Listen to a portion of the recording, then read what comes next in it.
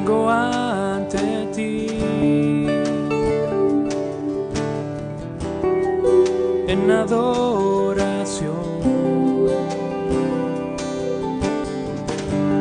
anhelándote, entregándome y esperándote muy dentro de mí. 3. Que el Señor te bendiga y te guarde. En esta oportunidad vamos a compartir la palabra de Dios en el libro de Primera de Timoteo, el capítulo 2, versículo 8. Ese texto dice: quiero pues que los hombres oren en todo lugar levantando manos santas, sin iras ni contienda. Y le pondremos por título a la meditación: el hombre ante la presencia de Dios. El hombre ante la presencia de Dios. Quiero primero que oremos. Me acompaña en esta oración.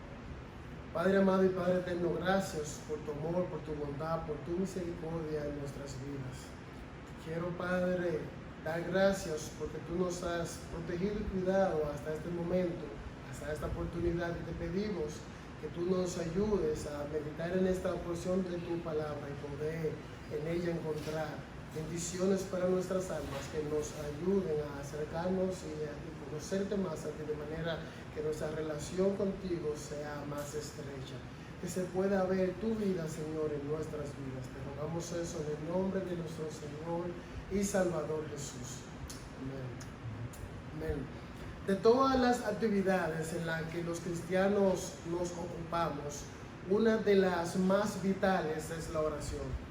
La oración, además de ser una de las actividades más vitales, es una de las que produce más sorpresa a los seres humanos, pero también produce muchos problemas. En los momentos de crisis, como lo que nosotros estamos viviendo ahora, las personas por lo general se volcan a la oración, y esa inclinación a la oración es uno de los que produce, uno de los detonantes de los problemas que la oración tiende a presentar. Se da le doy como testimonio de eso. Durante la Primera Guerra Mundial, muchos problemas se despertaron en la iglesia como resultado de que las personas en medio de la crisis iban a Dios en oración. Pero el problema, el resultado y la sorpresa para ellos era que las oraciones que ellos levantaban no eran respondidas como ellos la levantaban, sino que se daba o venía, la respuesta de Dios era lo contrario. Eso se volvió peor durante la Segunda Guerra Mundial. Durante la Segunda Guerra Mundial, las personas, meses antes de que la guerra detonara, pero que llegaba su aviso, oraban para que Dios no permitiera que esa guerra comenzara. Pero cuando la guerra comenzó, las personas oraban: Señor, cuida mi ciudad, Padre, cuida mi hijo que está en la guerra. Sin embargo, la respuesta fue que la guerra sí se dio, que duró años, sus hijos sí murieron y sus ciudades sí fueron destruidas. La respuesta de las personas a estas respuestas de Dios es de duda, y a veces hasta pierden la fe. ¿Qué es entonces lo que pasa? Que en los tiempos de crisis las personas van a la oración, pero en la mayoría de los casos las oraciones parecen ser contestadas con no, o no ser contestadas. Bueno, pues lo que vamos a estudiar en el texto de hoy es por qué esto pasa, y es básicamente un problema de enfoque. Nuestro propósito, o el propósito de este sermón, es demostrar que lo que ocurre con las oraciones es que no estamos enfocando de la manera correcta. En la tensión y en la adversidad, los seres humanos de manera instintiva vamos a Dios en oración. Cuando les llegan problemas al ser humano que el ser humano no puede solucionar o resolver como en su día normal, por lo general la gente tiene la conciencia de que esos problemas están en manos y poderes superiores a ellos, pues entonces la respuesta del ser humano es pensar en Dios. Sin embargo, cuando ellos piensan en Dios y en la posibilidad de la oración cuando están desesperados, es básicamente a que Dios resuelva los problemas según ellos han planificado. Por eso voy a dividir la idea del hombre ante la presencia de Dios en dos tópicos principales. El número uno es los errores comunes que hay cuando el ser humano ora o al momento de orar. Y número dos, el enfoque correcto al momento de orar. cuáles son los errores que tenemos nosotros cuando vamos a orar y cuál es el enfoque que deberíamos tener al momento de orar.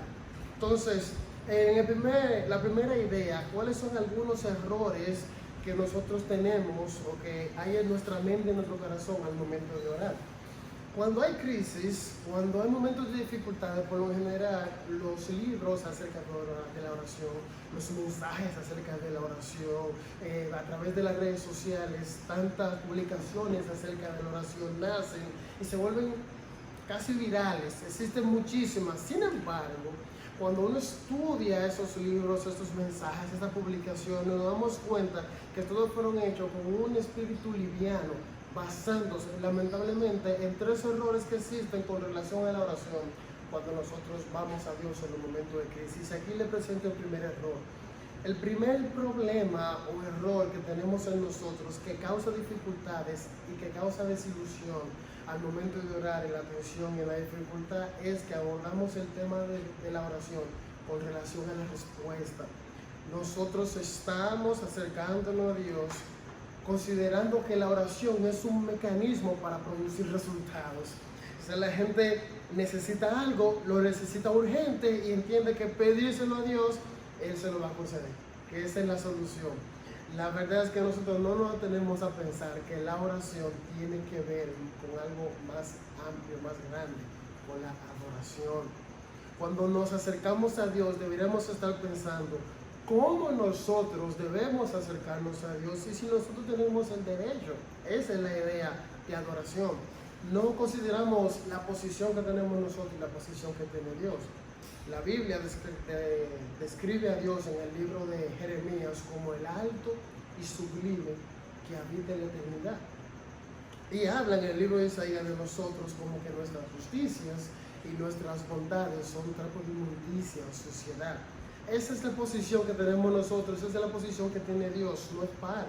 Entonces, cuando nosotros nos vamos a acercar a Dios, eso tiene que estar en nuestra mente.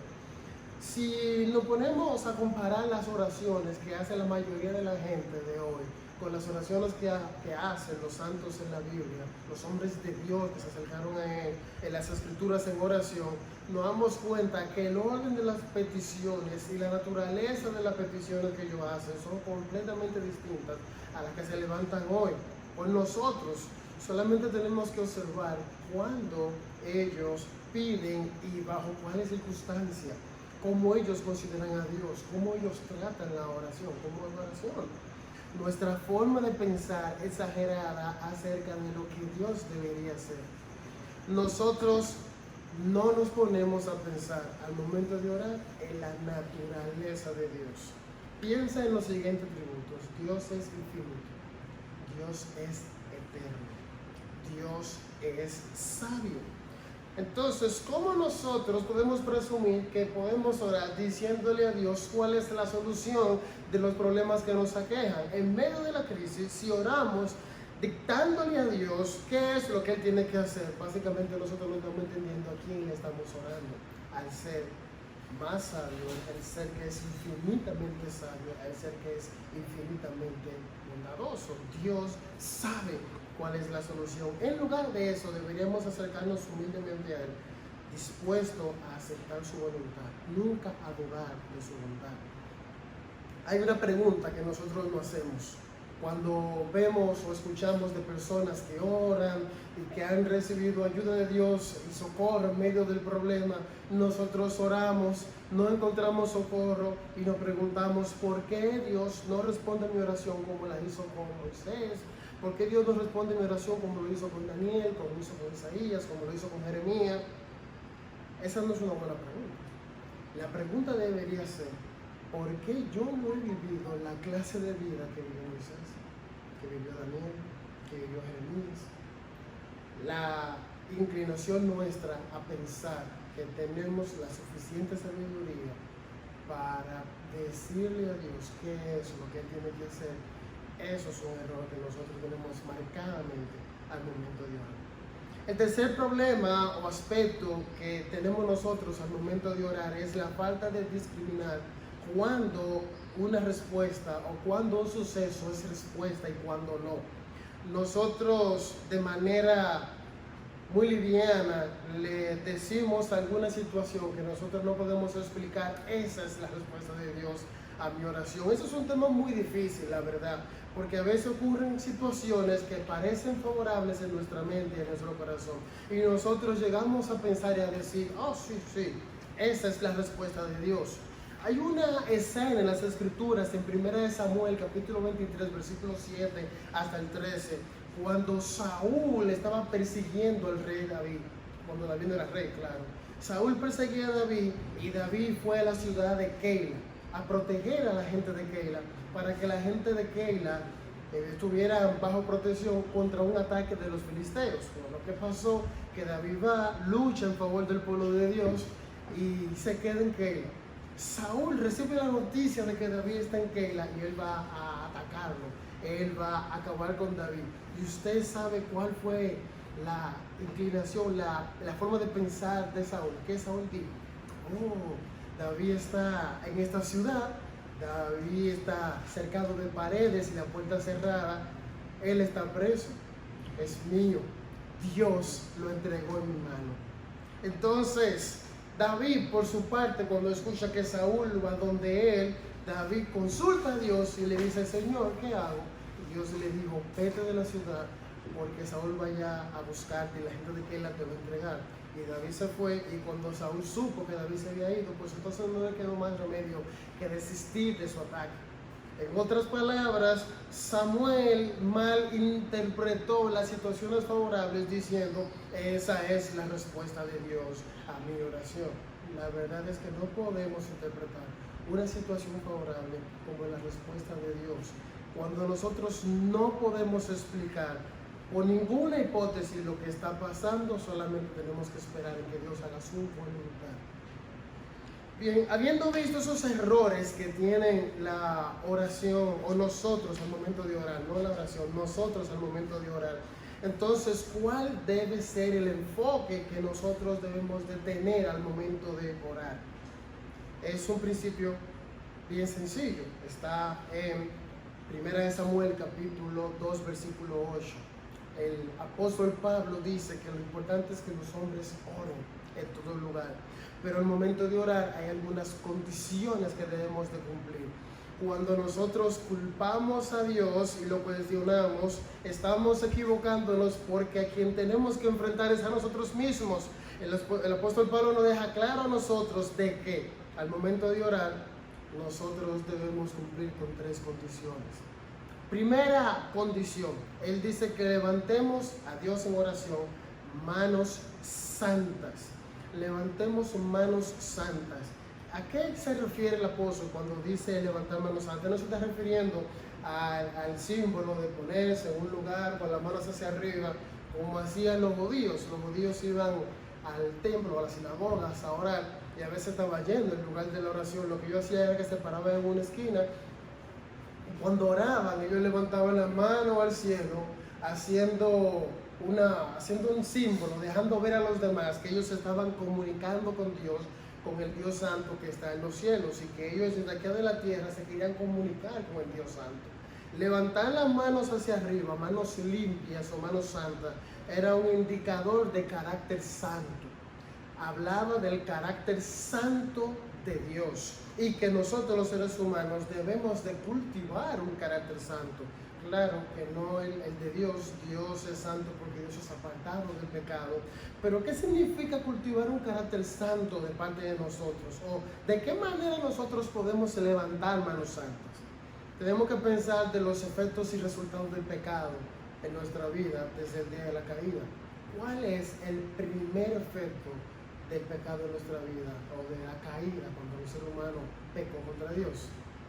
Simple, el ser humano rompió, o la relación entre Dios y el ser humano quedó rota, destruida. La conexión que el ser humano tenía con Dios se fue. Por eso que en el libro de Romanos, capítulo 3, versículo 23, se dice que porque todos pecamos, entonces por eso estamos separados, desconectados, destituidos de la gloria de Dios. Ese es el efecto más horrible que tiene el pecado. Nuestro Señor y Salvador, cuando estaba en la cruz del Calvario, Él oraba al Padre y le decía, cuando tenía nuestros pecados sobre Él, Él decía, Dios mío, ¿por qué me has desamparado? Es que el pecado rompe o separa al ser humano de Dios y no nos permite estar en comunión con Él. Sin embargo, Dios abrió un camino para que nosotros pudiésemos estar delante de Él, y ese camino Él lo describe muy bien en Juan capítulo 14, versículo 6, en boca de nuestro Señor y Salvador Jesús. Jesús dice: yo soy el camino, yo soy la verdad, yo soy la vida, nadie viene al Padre si no es por mí. Dios en su maravillosa gracia ofrece el camino para que podamos acercarnos a Él otra vez. Ese camino es nuestro Señor Jesús. Si nosotros nos consideramos a nosotros mismos y entendemos nuestro propio pecado, deberíamos de preguntarnos: ¿cómo puedo acercarme a Dios? ¿Tengo yo derecho de acercarme a Dios en oración? Hay una sola respuesta para eso: nosotros no podemos, no tenemos el derecho. Lo único que nos crea a nosotros un camino, la respuesta a estas dos preguntas, es la sangre de Jesús. En el libro de Romanos capítulo 5, versículo 1, dice el apóstol Pablo que nosotros tenemos paz con Dios por medio de nuestro Señor y Salvador Jesucristo cuando somos justificados por la fe. En primera de Juan capítulo 1, versículo 9, el apóstol Juan dice que la sangre de su Hijo nos limpia de todo pecado. Y otra vez en el libro de Romanos dice que nosotros tenemos redención en su sangre y perdón de pecados, de manera que la conexión con Dios nuestra viene a través de la sangre de Cristo derramada en la cruz del Calvario por ti y por mí. Esa sangre fue derramada para que nuestros pecados sean lavados, para que nuestras almas sean limpiadas, para que nuestros pecados sean perdonados, todo cargado sobre Cristo, en las espaldas de Cristo. Cristo fue el Cordero de Dios que llevó los pecados tuyos y míos. Entonces Cristo, habiendo muerto por ellos, derramado su sangre por eso, ahora tú y yo sí tenemos entrada a la gloria, al trono de gracia, gracias al sacrificio de Jesús. De manera que si tú te preguntas: ¿puedo yo acercarme a Dios? Sí, sí puedes. ¿Tengo yo algún derecho? Pues el derecho lo ganó Jesús por ti y para mí. Sin embargo, levantar manos santas o tener un carácter santo, que es lo que significa esa frase, no solamente hace referencia al sacrificio de Cristo en nuestro favor y que nosotros podemos ser salvados y limpiados y ya podemos entrar. Eso conlleva todavía un elemento más amplio, un elemento más profundo, un elemento de odio al pecado, un elemento de abandono del pecado y de vivir una vida en relación y comunión con Dios, una vida santa. Hay un montón de textos en las Escrituras que enseñan cómo esa limpieza o santidad de nuestro carácter se tiene que ver y tiene que manifestarse en todo nuestro vivir. El Señor en el Antiguo Testamento, hablando de su pueblo cuando Él estaba en pecado, ellos sí hacían los sacrificios que representaban la muerte de Cristo en su favor, pero ellos estaban viviendo una vida de: ya el Cordero murió por mí, ya yo puedo hacer lo que yo quiera.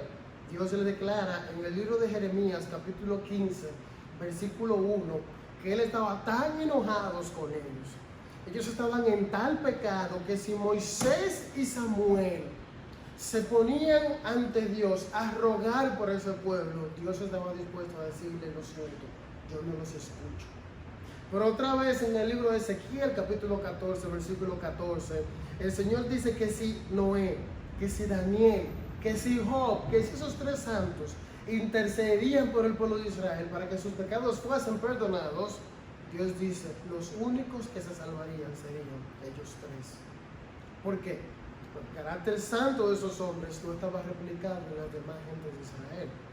Y eso es levantar manos santas. Es una cuestión interna. Mi alma, mi mente y mi corazón están tan conectados con Dios y estoy tan dispuesto a despojarme del pecado que me asedia, de ese pecado que me pesa, que me desconecta con Dios, que eso produce en mi conexión con Dios, vida santa, carácter santo.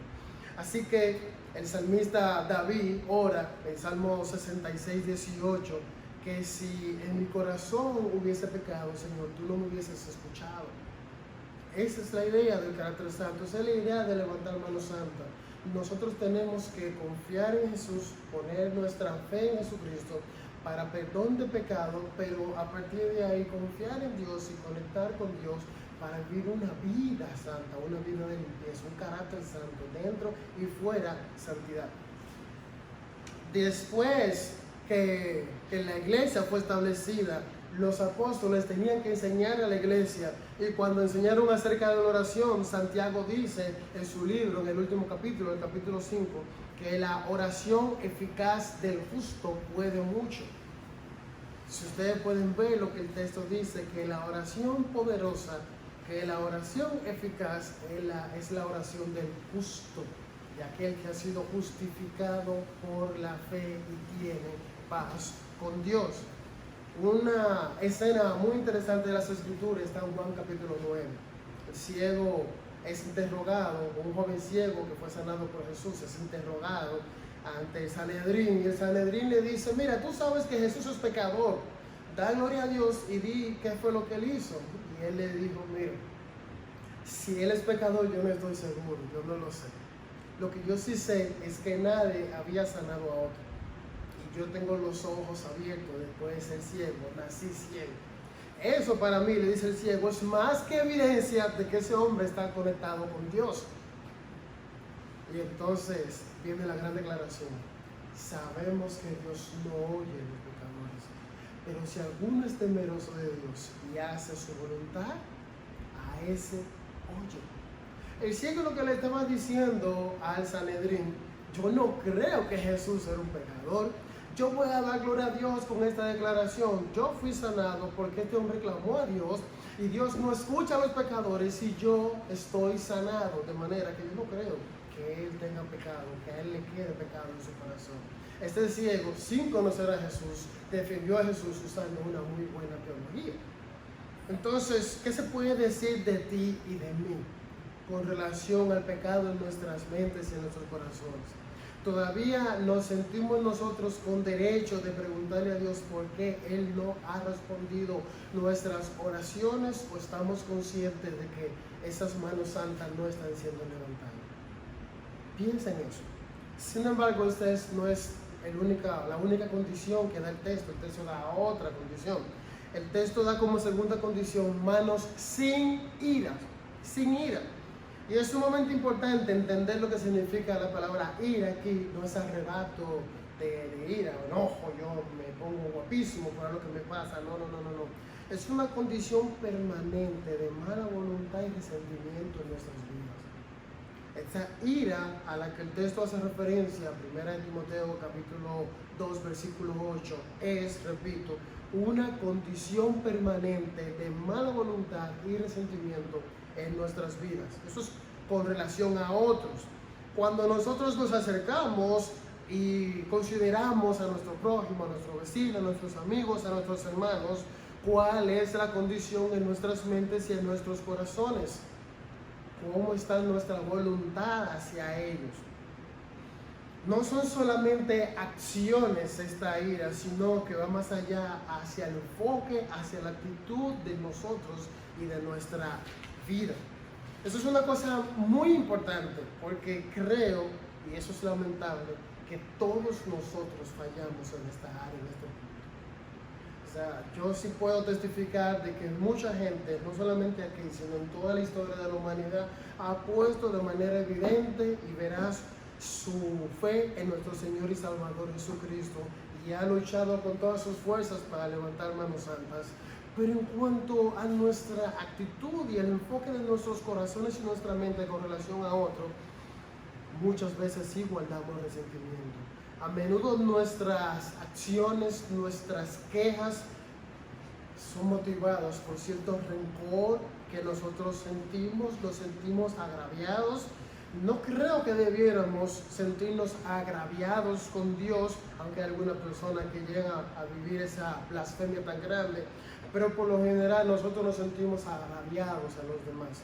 Ahora póngase a pensar usted agraviado con Dios, en problemas con Dios, considerándose a usted una persona a la que Dios le ofendió, Dios te agravió, Dios hizo algo que te afectó en tu corazón, guardas rencor, pero tienes un problema.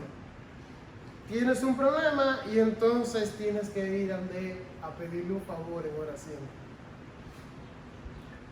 Es muy difícil que lo hagamos con Dios, pero pensemos con nuestro prójimo, con nuestro vecino, con nuestro amigo. ¿Estamos dispuestos a perdonar de todo corazón y amar de todo corazón a todos los hombres? Pues el texto nos dice que debemos de levantar no solamente manos santas de nuestro carácter, sino manos sin ira, nuestra actitud.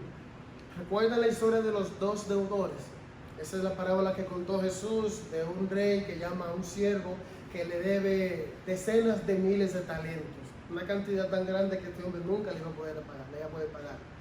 El deudor llega y le dice, por favor perdóname, yo te lo voy a pagar poco a poco, pero por favor no me eches a la cárcel, perdóname. Y por sus ruegos, el rey es movido a misericordia y entonces este deudor es perdonado por completo.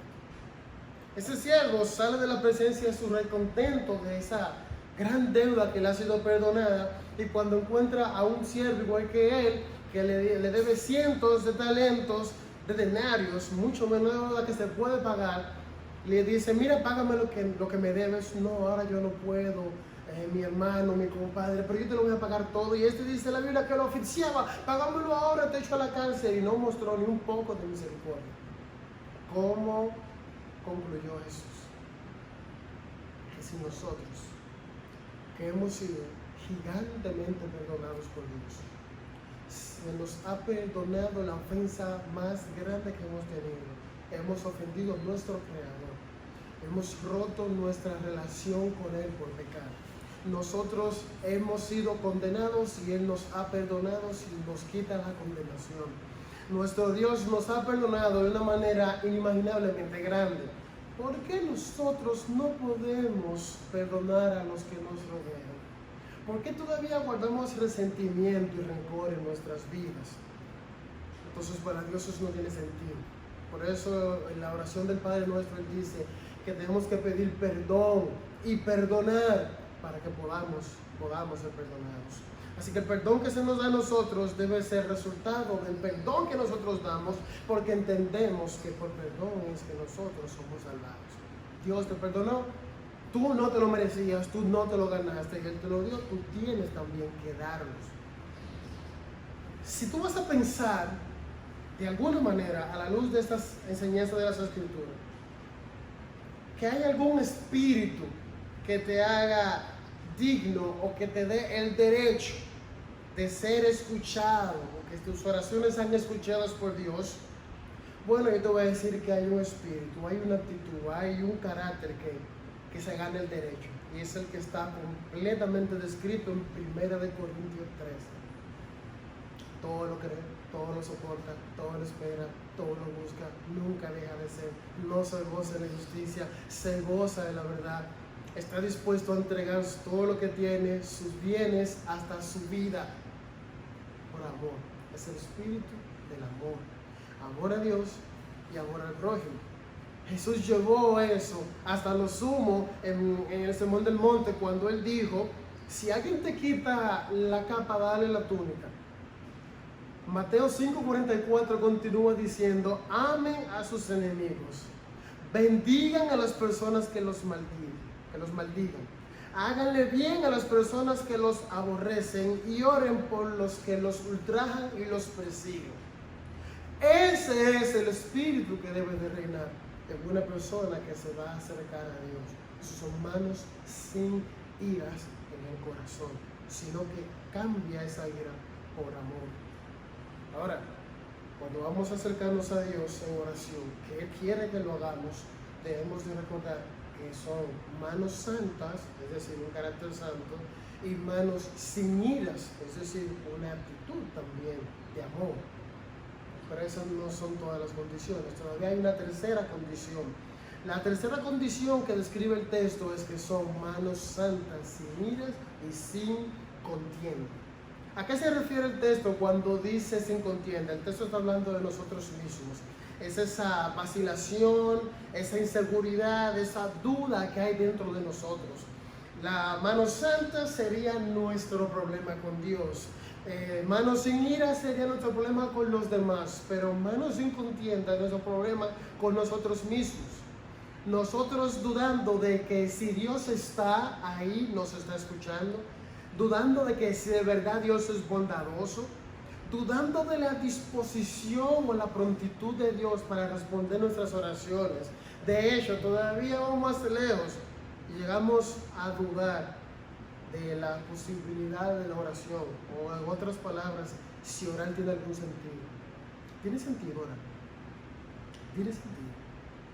Así que cuando las personas están en lucha y tienen estas dudas y han escuchado que personas como Miller, el dueño del orfanato en Inglaterra, él oraba y automáticamente él oraba, le llegaba lo que él pedía, nosotros decimos, pues entonces vamos a hacerlo, vamos a ver si funciona. Entonces en ese momento la oración se convierte como en una aventura desesperada. La oración se convierte en un experimento dudoso. Pues, vamos a ver. Sin embargo, en las Escrituras, en el libro de Hebreos capítulo 8 versículo 6, dice que los que nos acercamos a Dios debemos de tener fe y creer, confiar en que Dios existe, y creer y confiar en que Dios es galardonador de los que se acercan a Él. No es por dudas, no podemos tener contiendas internas. Debemos de confiar y confiar con mucha fe en que Dios está ahí y que Dios está dispuesto a responder nuestras oraciones. Orar a Dios para poder descubrir si de verdad la oración da resultado o no, eso equivale a un insulto. Eso es un insulto a Jehová. Y Dios no está de acuerdo con esa actitud. Los hombres como Miller, como los santos de las Escrituras, cuyas oraciones han sido respondidas, fueron aquellos hombres que conocían a Dios y que confiaban plena y completamente en que Dios estaba dispuesto a cumplir, de que Dios estaba dispuesto a bendecirle. Estos hombres también decían, en cualquier circunstancia en la que ellos se encontraban, hágase tu voluntad, pues ellos estaban seguros de que Dios es santo y que Dios es amor y que el amor de Dios es infinitamente santo. O sea, Dios no va a obrar de una manera que no sea amorosa, Dios no va a obrar de una manera que no sea santa y justa. Así que Dios va a obrar, Dios siempre va a obrar. De manera que si tenemos esas luchas en nuestras mentes y en nuestros corazones, deberíamos estar trabajando con nosotros mismos. Es un deber de cada uno de nosotros tener plena confianza en Dios y en su voluntad. Debiésemos nosotros preguntarnos siempre cuál es nuestra condición, cuál es nuestra actitud. Nosotros no deberíamos estar considerando si Dios nos va a responder. Al momento de nosotros acercarnos a Dios, deberíamos estar pensando o considerando cuál es nuestra condición.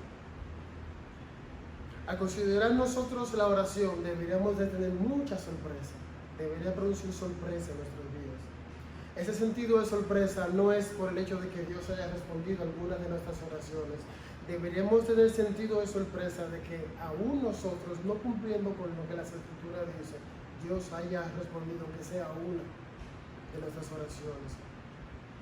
Deberíamos estudiar estas palabras, no tomar la oración de manera tan liviana, no tomar en cuenta nuestra actitud de manera tan liviana. Deberíamos estar trabajando en nosotros, en nuestros corazones, en nuestras mentes, diciendo cómo es que nosotros nos estamos acercando a Él. No deberíamos estar ignorando la condición en la que nos acercamos a Él. Las Escrituras enseñan que tú y yo hemos pecado. Pero tú no deberías de ir a la Escritura para saber eso. Tú sabes que tú eres una persona pecadora. Tú sabes que en tu mente hay pensamientos que nadie debería saber que existen. Que en tu corazón hay sentimientos que nadie debería saber que esos están ahí. Pero tú has dicho cosas, tú has hablado palabras y tú has cometido acciones que tú estás consciente que son pecados, que tú quisieras borrarla y que nunca volvieran a existir, que nadie supiera, sacarla de la mente de los demás. Somos pecadores, somos pecadores. Y la verdad que nuestros pecados tienen un salario. La paga del pecado, dice la Biblia en Romanos capítulo 6, verso 23, que es la muerte. En Ezequiel 18 dice que el alma que peque se merece morir. Dios no te ha matado. Dios no te ha matado. ¿Sabes por qué? Porque te ama. Dios es amor.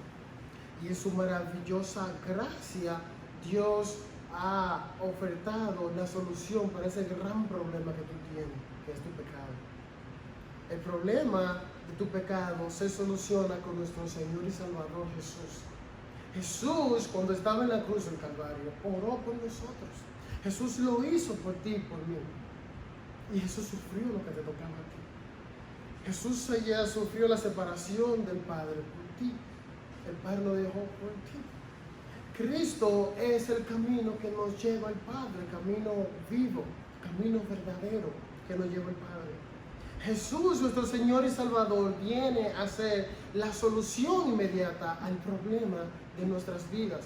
La más grande crisis que nosotros tenemos no es contra virus, contra guerras, no es contra situaciones que nosotros no podemos controlar. Nuestro más grande problema es nuestra relación con Dios. Es como tú te encuentras con Él. Y la solución para eso es nuestro Señor y Salvador Jesús.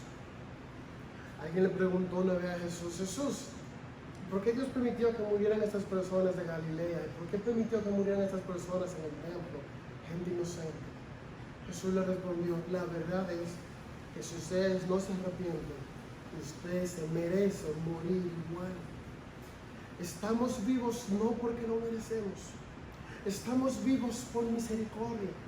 Ahora echemos manos de la gracia de ese Dios que no escatimó a su propio Hijo, sino que con Él nos dará todas las cosas. Entonces debemos depositar confianza en el Señor, aceptar a Cristo por fe en nuestros corazones para ser santificados, para que nosotros podamos entonces vencer contra el pecado, para que podamos comenzar a amar como Dios quiere que amemos a Él, a nuestro prójimo, y entonces nosotros poder ir a Él en oración. Decidamos lo más antes posible poner en práctica los principios de 1 Timoteo capítulo 2 versículo 8. Limpiemos nuestras manos, purifiquemos nuestros espíritus, seamos establecidos en la fe, para que podamos decir, como dijera el apóstol Pablo: yo sé en quién he creído y estoy seguro de que es poderoso para guardar mi depósito para aquel día. Quizás la respuesta que tú estás esperando en tus oraciones no sea necesariamente la que Dios te dé. A veces dice sí, a veces no, a veces espera. Pero tú puedes estar seguro y segura de que Él siempre va a responder lo que es bueno para tu alma. De todos modos, cuando nosotros aprendemos de Dios, aprendemos que la oración es el resultado de manos limpias, de corazones purificados y que estamos confiados en Él, entonces nos estamos ocupando en darle gloria a Dios y a darle gloria a Él en nuestros corazones, que en nuestras almas. Entonces vamos a ver a Dios obrando en nosotros. Que el Señor te bendiga y te guarde, que Él haga resplandecer su rostro sobre ti, que tenga de ti misericordia y ponga en ti paz. Escucha mi oración y hazme Kadosh Lecha. Santo ante ti, santo ante